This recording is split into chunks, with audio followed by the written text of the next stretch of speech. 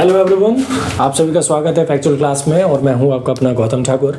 जैसा कि मैंने कल बताया था आपको कि मिनिमम इनपुट और मैक्सिमम आउटपुट सीरीज जो हम शुरू करेंगे, इसमें क्या है कि ज़्यादा लंबा नहीं, बस जो आपको चाहिए और जितना आपको पता होना चाहिए।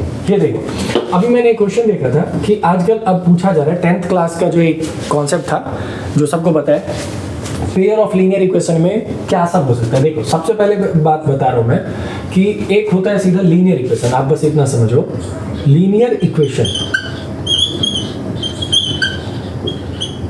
ठीक है। लीनियर इक्वेशन क्या होता है? जिसकी डिग्री 1 होती है। लीनियर इक्वेशन क्या होता है? जिसकी डिग्री 1 होती है। डिग्री मतलब बोले तो घात, डिग्री मतलब क्या बोले? घात, यानी x या y जो भी वेरिएबल है वो उसका पावर 1 होना चाहिए मैक्सिमम। तो अब जैसे मैं आपको बोलूं कि 2x + 3y = 7, तो ये एक लीनियर इक्वेशन हुआ। लेकिन इसमें क्यों? क्योंकि x का भी पावर 1 है, y का भी पावर 1 है, तो भैया डिग्री 1 है, तो ये लीनियर इक्वेशन होगा, पहली बात है। लेकिन इसमें कितने वेरिएबल आ गए? 2 आ गए। तो pair of linear equation in 2 variable जो हम बात करते हैं, तो लीनियर इक्वेशन इन 2 वेरिएबल हुआ है।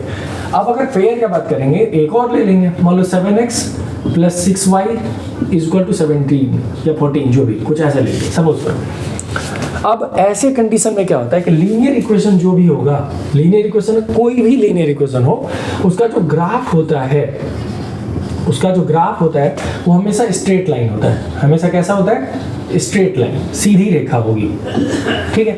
अब आप खुद बताओ कि एक सीधी रेखा इसकी वाली ग्राफ हो सकती है, एक सीधी रेखा इसकी ग्राफ होगी, यानी इस दोनों का अगर मैं ग्राफ खींचूंगा तो 2 सीधी सीधी रेखा खींचनी होगी। 2 सीधी सीधी रेखा कितने टाइप की हो सकती है? या तो ऐसा होगा कि एक दूसरे को इंटरसेक्ट करेगा, या तो ऐसा होगा कि किसी से किसी का लेना देना नहीं होगा, या तो ऐसा होगा कि एक के ऊपर एक चढ़ के जाएगा। ये एक पहला लाइन हुआ और इसी पर से मान लो दूसरा लाइन भी जाएगा। इस 3 के अलावा और कोई कंडीशन तो है नहीं।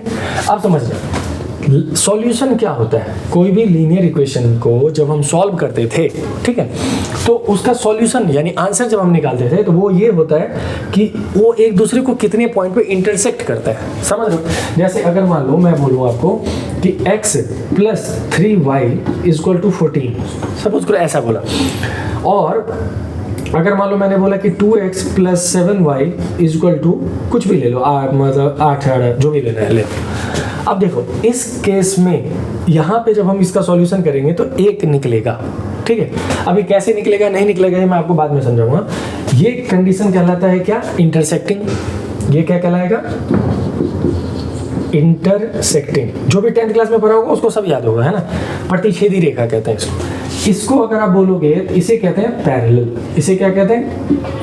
पैरेलल लाइन, समांतर रेखा, यानी, और इसको कहते हैं संपाती, कोइंसिडेंट। कोइंसिडेंट जो भी आप बोलो, कोइंसिडेंट लाइन, ठीक है। अब देखो पैरेलल लाइन में एक दूसरे को कितना जगह पे काटेगा, तो यहाँ पे ज्ञान नहीं चाहिए। ज्ञान नहीं चाहिए मतलब क्या हुआ कि कोई बोलेगा कि 2 पैरेलल लाइन एक दूसरे से जाके इन्फिनिटी पे मिल जाती है। तुमने देखा, मैंने देखा, नहीं देखा, तो हम नहीं मानेंगे। यानी एक जगह पे काटा तो इसमें कितना सॉल्यूशन निकलेगा? इस केस में निकलेगा 1 सॉल्यूशन, एक सॉल्यूशन होगा केवल। कौन सा? ये जो है यही आंसर है, ये वाला जो पॉइंट है ये आंसर है। इसमें एक दूसरे को कितना जगह पे काट रहा है? एक भी जगह पे नहीं काट रहा, तो इसका होगा नो सॉल्यूशन। इसका क्या होगा? No solution.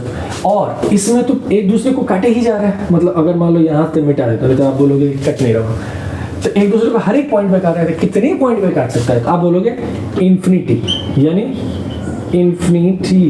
इन्फिनाइट और मैनी सॉल्यूशन। इसके बहुत सारे सॉल्यूशन हो सकते हैं, समझ में आ रहा है। अब देखो ये केस में जिसका भी आंसर निकलता है उसे कहते हैं कंसिस्टेंट, और जिसका आंसर नहीं निकलता है उसे कहते हैं इनकंसिस्टेंट। तो इस केस में केवल आंसर नहीं निकला तो इसे आप कहोगे इनकंसिस्टेंट, है ना। और यहाँ पे आंसर निकल रहा है, यहाँ पे आंसर निकल रहा है, यहाँ पे तो ढेर सारा आंसर निकल रहा है, तो इसे कहोगे कंसिस्टेंट। मैं क्यों ऐसे बता रहा हूँ? क्योंकि ऐसे केस में पूछा जा सकता है कि किस केस में जब इसका ग्राफ खींचा जाएगा तो पैरेलल होगा, किस में इंटरसेक्टिंग होगा, किस में कोइंसिडेंट होगा। पूछा जा सकता है कि किसका सॉल्यूशन 1 निकलेगा, किस में इनफिनाइट सॉल्यूशन निकलेंगे, किस में एक भी सॉल्यूशन नहीं निकलेगा। पूछा जा सकता है कि किस केस में कंसिस्टेंट है और किस केस में इनकंसिस्टेंट है। अब बात ये समझना कि जब ये पेयर ऑफ लीनियर इक्वेशन हम करते हैं, क्या बोला मैं, जब ये पेयर ऑफ लीनियर इक्वेशन करते हैं तो इसका फॉर्मेट आपको पता होना चाहिए। फॉर्मेट पता होना चाहिए मतलब जैसे देखो a1x plus b1y equal to c1 और a2x plus b2y equal to c2, ये इसका फॉर्म होता है। Pair of linear equation in two variable का ये फॉर्म होता है, ये इसी रूप का होगा। क्लियर। सबसे पहला क्या करेंगे हम, a1 बाई a2 निकालेंगे। a1 बाई a2 जो भी उसके साथ नंबर लगा होगा कोफिशिएंट x का और दूसरे केस में x का, ठीक है। a1 a2 का निकालेंगे और फिर b1 और b2 का निकालेंगे। a1 और a2 निकाला और b1 बाई b2।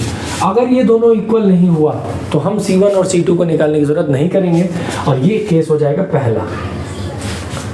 अब देखो दूसरा केस हो सकता है कि a1 और a2 इक्वल हो जाए b1 और b2 का। पहला क्या बोला कि a1 बाई a2 निकाला, b1 बाई b2 निकाला, इक्वल नहीं हुआ, आगे बढ़ने की जरूरत ही नहीं है, दिस विल बी इंटरसेक्टिंग। अब a1 बाई a2 निकाला और b1 बाई b2 निकाला और ये दोनों बराबर हो गए। तो तीसरा केस में अगर आप देखोगे तो c1 बाई c2 या तो इसके बराबर हो सकता है, या आप बोलोगे कि a1 बाई a2 इक्वल तो था b1 बाई b2 का, लेकिन c1 बाई c2 इसके इक्वल नहीं हुआ। इसको तीसरा करो और इसको दूसरा करो। समझ में आ रहा है? तो अरे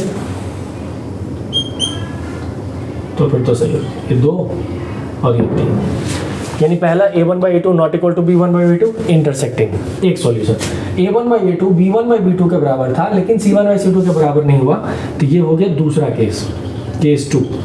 इसमें एक भी सॉल्यूशन नहीं निकलेगा। और a1 by a2 b1 by b2 के बराबर था और b1 by b2 c1 by c2 के बराबर था, तो ये इसमें मैनी सॉल्यूशन होगा, यानी ये हो गया केस 3। बस खत्म। इस पे कई सारे क्वेश्चन आए, एक क्वेश्चन अगर आया है ना तो इस पे बहुत सारे आएंगे, तो आप इसमें स्लो फ्लो निकालने की जरूरत नहीं है। बस आप ऐसे कर लेना, 2 सेकंड का चीज होगा, 1 मिनट में आप बता दोगे कि हाँ चलो ठीक है, बी ऑप्शन है, सी ऑप्शन है, जो भी करना होगा, ठीक है। तो आई होप कि आपको ये समझ में आ गया होगा। नहीं तो क्लास 10th का एनसीईआरटी का 3.2, 3.3 कुछ भी जो भी मन करेगा वो बना लेना, खेल खत्म। वो एक बार में आपका क्लियर कर देगा सब कुछ। बाकी अपना ख्याल रखिए और अच्छे से समझते रहिए, पढ़ते रहिए, कॉन्सेप्ट सीखते रहिए, खुद मजा आने लग जाएगा। Thank you.